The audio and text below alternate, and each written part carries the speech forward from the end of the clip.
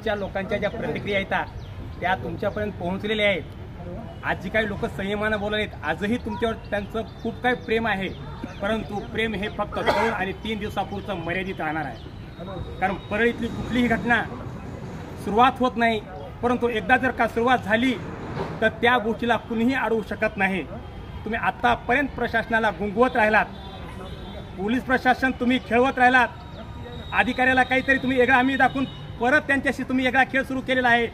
परंतु परळीतल्या जनतेसोबत जे तुम्ही काही खेळ चालवलेला आहे ना, तो तुमच्यासाठी योग्य नाही. आम्ही तुमचा 17 वर्ष सत्कार केला, मान सन्मान दिला, आणि आज शेवटच्या वेळेस शेवटच्या घटका मोजताना अगदी परळीतल्या सामान्य ठेवीदारांचे जीव अगदी टांगणीला टांगलेत आणि ते आज जिवंत आहेत.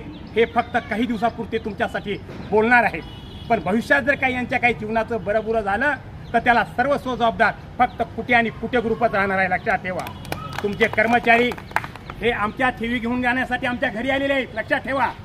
आणि त्यांना तुम्ही प्रशिक्षण दिलेलं आहे. सेवकापासून ते त्या शेवटच्या अधिकाऱ्यापर्यंत सर्व कर्मचारी हे बॅग घेऊन कस्टमरच्या घरी जायचे, आम्हीच दाखवायचे, कुठे साहेब तुमचा विश्वास द्यायचे, गोडगोड बोलायचे, आणि तुम्ही आमचे आम्ही तुमचे नाही. त्या ठिकाणी वेगवेगळे पत्ते, वेगवेगळे नॉमिनल, वेगवेगळे संपर्क साधून वेगळ्या पद्धतीने कशा ठेवी गोळा करता येतील ह्या सगळ्या ठेवी तुम्ही वेगवेगळ्या माध्यमातून गोळा केलेल्या आहेत.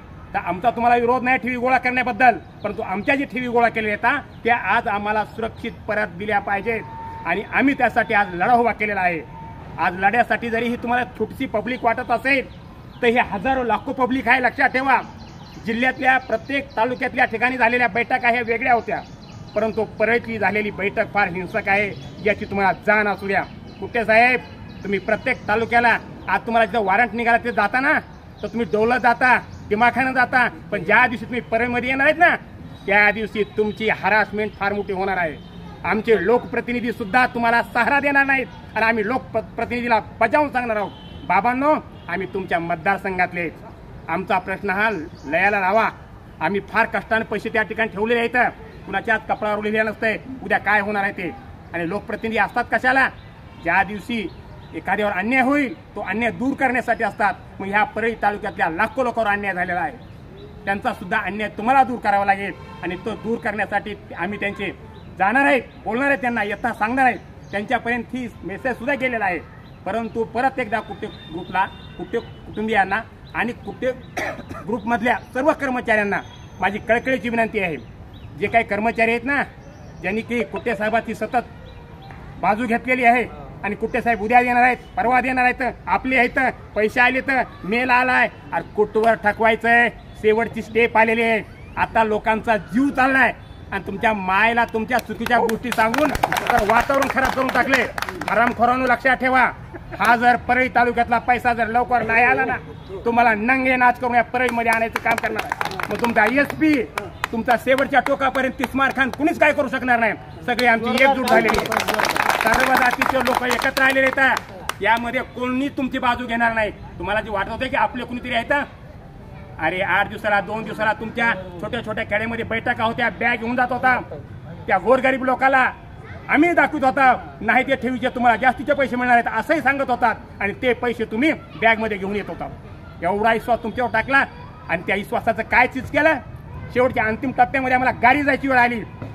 आणि म्हणून लक्षात ठेवा, आणखी तुमच्यासाठी 2-3 दिवस आहेत, त्या 3 दिवसामध्ये निर्णय घ्यायचं काम करा, नाहीतर तुम्हाला येते वेळेस तुम्हाला कपड्यावर आणणार येणार नाही, नंगे कर केले परळीमध्ये तुम्हाला घेऊन येणार आहेत लोक. हे तुम्ही लक्षात ठेवा. यापुढे तुम्हाला परळी तालुक्यातल्या या ज्ञानराधा मल्टीटेक परळी शाखेचे पैसे द्यावे लागतील, दुसरा पर्याय नाही. आमच्या इथं प्रशासन काही करत नाही. आमच्याकडले फार डोके विचित्र आहेत. कुठे साहेब तुम्ही दुसऱ्या तालुक्यातले बसले असते समजून घेतील, ऐकतील, पण आता इथं मात्र यंत्रणा बिघडलेली आहे, आटोक्याच्या बाहेर गेलेली आहे, आणि आता त्यांचा उद्रेक झालेला आहे.